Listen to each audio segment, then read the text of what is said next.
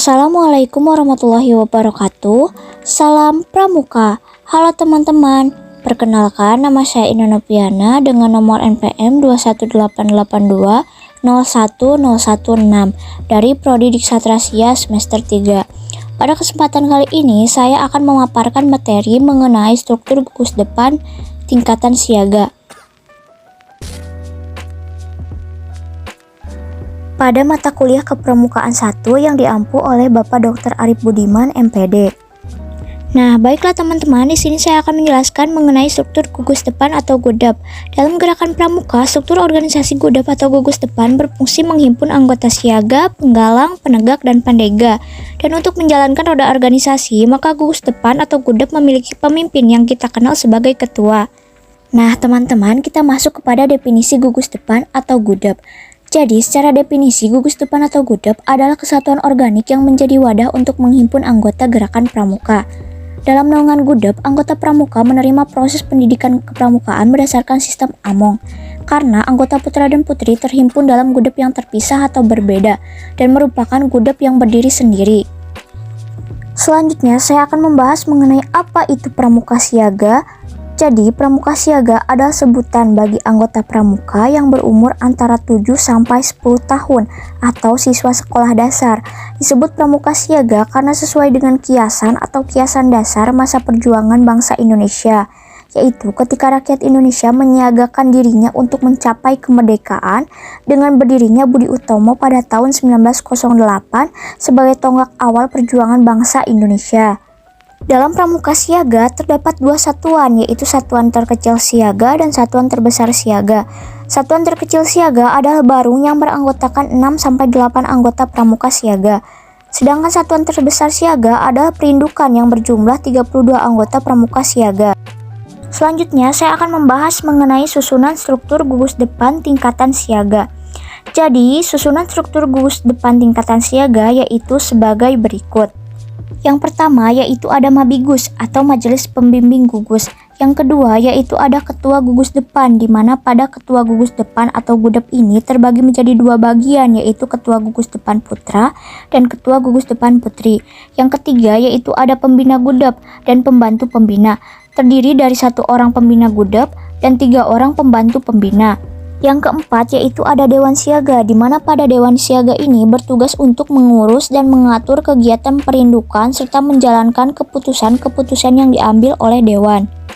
Yang kelima yaitu ada Sulung. Sulung ini adalah pimpinan utama barung, di mana pada proses pemilihannya masing-masing pindung memilih 1 orang dari mereka yang akan menjadi pemimpin utama barung.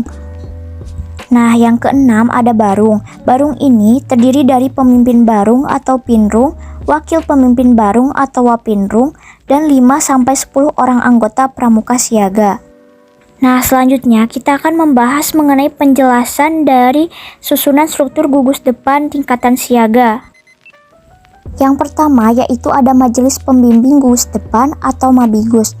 Nah, Mabigus ini adalah suatu badan dalam GUDAP yang memberi bimbingan, bantuan moral, organisatoris, material, dan finansial, serta konsultasi kepada GUDAP yang bersangkutan. Mabigus ini terdiri dari ketua, wakil ketua, sekretaris, ketua harian bila perlu, dan beberapa anggota pramuka siaga.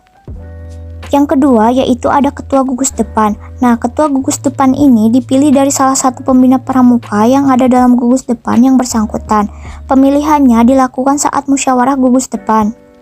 Nah, Ketua Gugus Depan ini memimpin gugus depan dan diupayakan maksimal 2 periode secara berturut-turut. Yang ketiga yaitu ada Pembina GUDAP atau gugus depan dan pembantu pembina. Nah, pembina gugus depan atau GUDAP ini terdiri atas ketua GUDAP dibantu oleh pembina satuan dan pembantu pembina satuan yang dimiliki oleh GUDAP tersebut.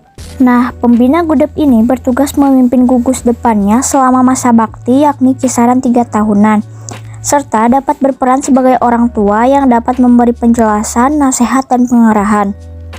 Yang keempat yaitu ada Dewan Siaga. Nah, Dewan Siaga ini merupakan salah satu penerapan metode pendidikan kepramukaan dan pengamalan kode kehormatan pramuka siaga. Melalui lembaga ini, para pramuka siaga dilatih berorganisasi, memimpin rapat, mengemukakan pendapat, mengembangkan aspirasi, menyelami kehidupan berkelompok, berlatih menyusun perencanaan kegiatan, dan berlatih mengambil keputusan secara demokratis dari, oleh, dan untuk para siaga itu sendiri. Yang kelima yaitu ada sulung.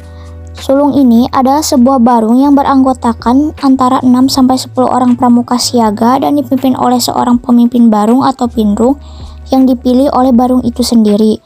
Masing-masing ketua barung ini nanti hendak memilih satu orang dari mereka yang dipersiapkan menjadi pemimpin barung utama yang disebut dengan sulung. Nah, sulung ini bertugas memimpin pinrung-pinrung. Yang keenam yaitu ada barung.